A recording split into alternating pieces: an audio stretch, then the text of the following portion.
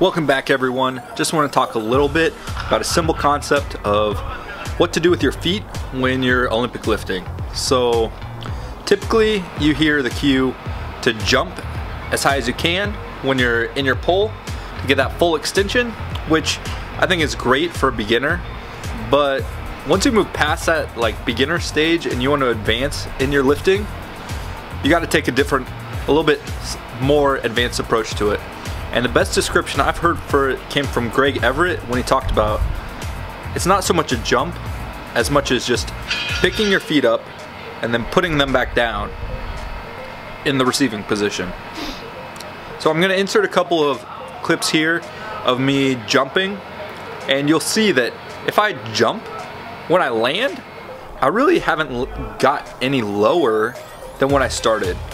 I landed about the same point I was when I started to extend my knees.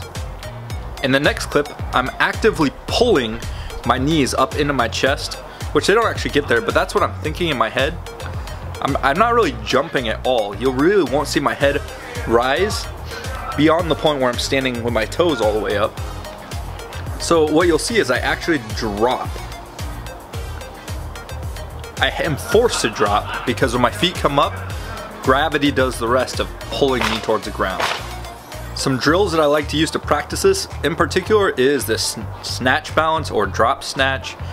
Any of those variations are really good ones to practice that drop underneath it without jumping really high into the air. I also want you to think about this as it applies to the split jerk, because you'll see a lot of people who jump really high after their dip and drive, and then they catch it real high because they didn't really drop much at all. They really weren't thinking about going down. They were just thinking about pushing that bar up.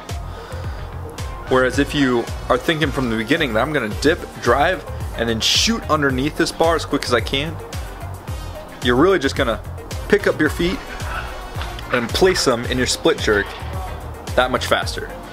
So go ahead, give this a try. I know it's gonna sound kind of weird. I thought it sounded weird the first time I heard it too, but it really does make sense once you start playing with it. And give it a try next time you're doing some cleans, jerks, snatches, anything really. Thanks for watching today's video.